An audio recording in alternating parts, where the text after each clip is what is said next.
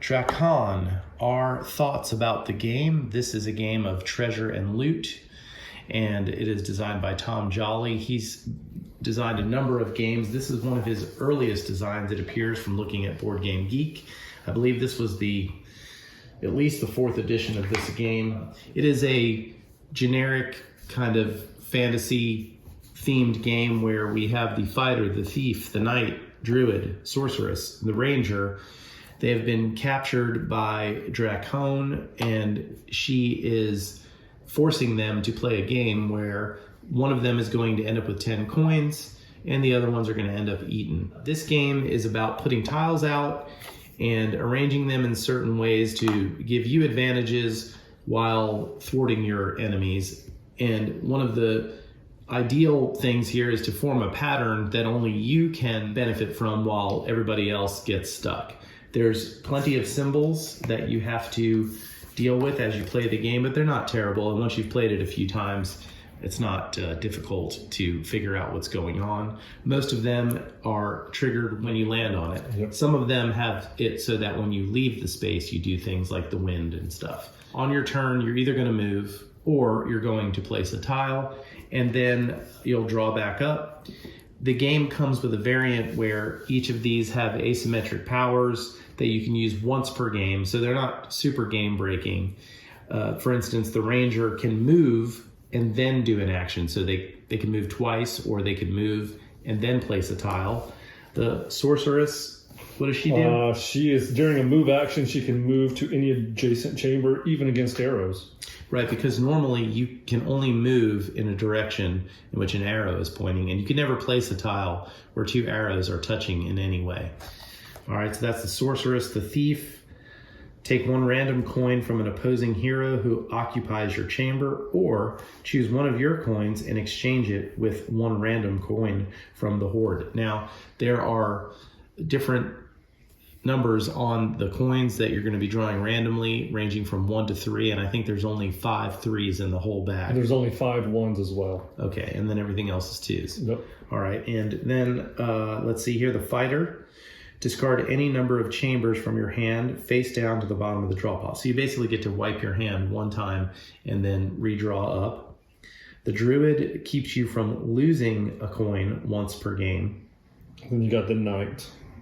The knight, 1 time during the game, when the knight is on the same spot as an opponent, either before the knight does their action or after, they can force the other player to move, and then they get to steal 1 of their tiles basically for the rest of the game. So right, that player will be playing with 1 less tile. Right. Most of the time you have 4 tiles, but with the knight, the opponent will have only 3 tiles, and the knight will have 5 tiles from then on. And this game plays 2 to 6 players. We've played a couple of games just now with 2 players. I've played this with the full amount of people and any numbers in between. I've had this game for quite some time. This is the Fantasy Flight production of it, and I think as far as the components go, they're pretty solid. I mean, the coins are nothing fancy, but it would be tough for them to be any fancier because they have to have the number on the back anyway. And I'm not sure you're going to invest that much into this game beyond what you already have here with the miniatures.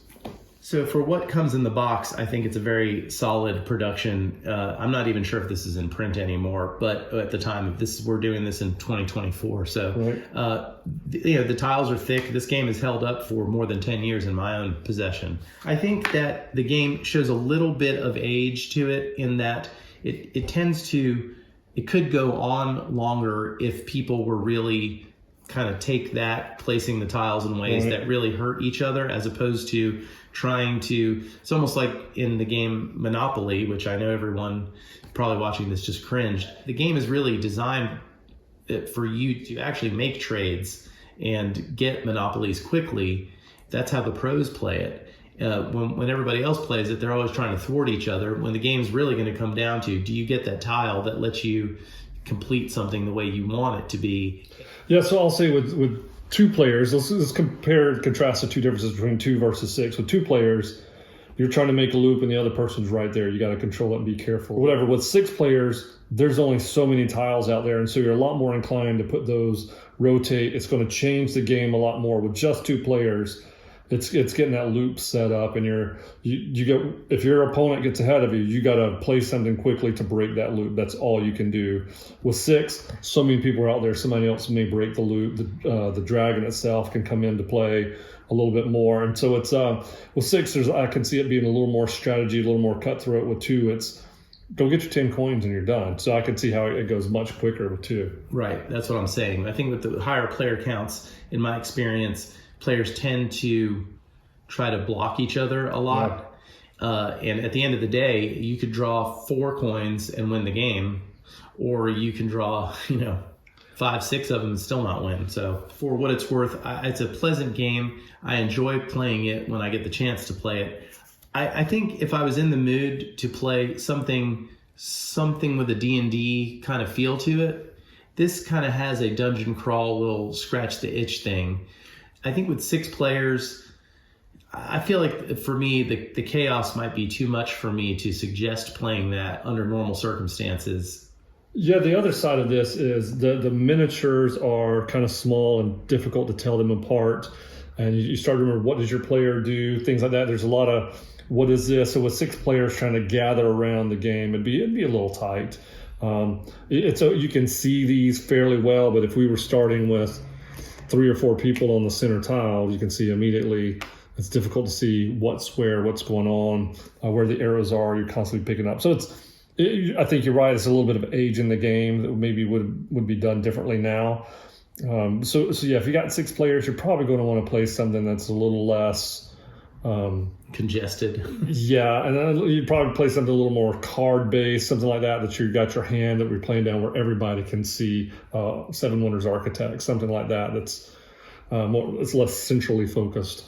I hear you. Otherwise, I think it's a fine game. I would say it's a good game, and it was definitely something that drew me into the hobby when I first got back into these types of games over a decade ago. So based on how much you play a game, like we've played this a couple times now, do you have an inkling like, I could play it again, or just I've played it, I'm done? What's your feeling there? I think that if I were playing with 2 or 3 players and wanted to have something that, again, was in this theme setting, because there's lots of generic fantasy themed games that could be, this is your basic D&D trope here.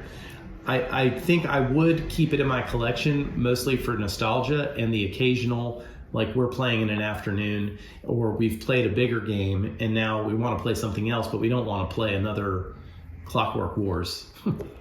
Right. The other side of this is your strategy is turn by turn. There is no machine to build.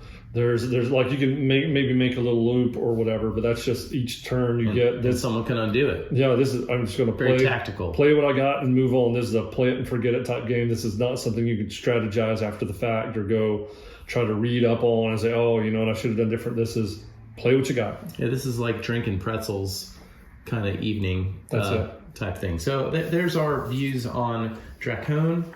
I don't know how to say it. I would say Drakon. That's what I'm calling it. Thank you for watching. Please like this video. Subscribe to the channel. One can undo.